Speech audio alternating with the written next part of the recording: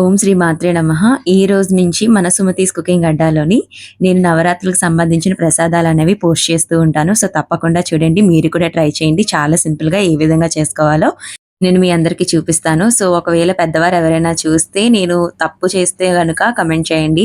ఒకవేళ చిన్నవాళ్ళు ఎవరైనా చూస్తే మీకు నచ్చితే తప్పకుండా ట్రై చేయండి.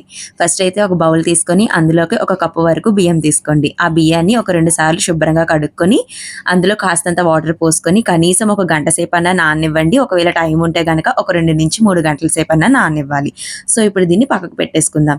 ఆ తర్వాత స్టవ్ ఆన్ చేసుకొని కడాయి పెట్టుకొని ఏ కప్పుతో అయితే మనం బియ్యం తీసుకున్నామో సేమ్ అదే కప్పుతో పెసరపప్పును కూడా వేపుకోవాలండి. మొత్తం సిమ్‌లో పెట్టి వేపుకుంటే చక్కగా మంచిగా సువాసన వస్తుంది. అండ్ అలాగే మంచిగా ఫ్రై అవుతుందన్నమాట పప్పు లోపల వరక.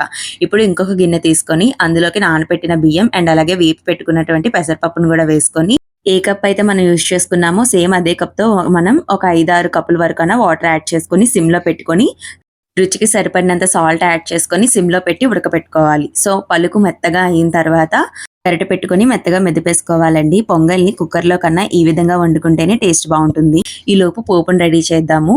ఒక స్పూన్ జీలకర్ర, 4-5 ఎండుమిరపకాయలు, ఒక స్పూన్ మిరియాలు, గుప్పెడంత కొత్తిమీరి అండ్ అలాగే నచ్చినన్ని జీడిపప్పులు కూడా పెట్టుకోవాలండి. ఇప్పుడు నేను ఒక కప్పు వరకు నేతిని వేసుకుంటున్నాను. ఈ పొంగల్‌కి ఎంత నెయ్యి వేస్తే అంత బావుంటుంది. సో, ఒక కప్పు వరకు నెయ్యి వేసుకున్న తర్వాత అది మరిగిన తర్వాత మనం తీసి పెట్టుకున్నట్టు పోపులన్నిటిని కూడా నేతిలో వేసుకోవాలండి. మొత్తం పోపంతటిని కూడా సిమ్‌లో పెట్టుకొనే ఫ్రై చేసుకోవాలి. ఈ విధంగా ఫ్రై చేయడం వల్ల చాలా బాగా లోపల వరకు ఫ్రై అయ్యి మంచి టేస్ట్ అనేది వస్తుంది. సో, మొత్తంగా ఈ విధంగా ఫ్రై అయిన తర్వాత కట్టేసి పొయ్యి మనం ముందుగా ఉడకబెట్టుకొని పెట్టుకున్నటువంటి పొంగల్లోకి దీన్ని వేసేసేయాలి. అంతేనండి, చాలా సింపుల్‌గా చేయొచ్చు.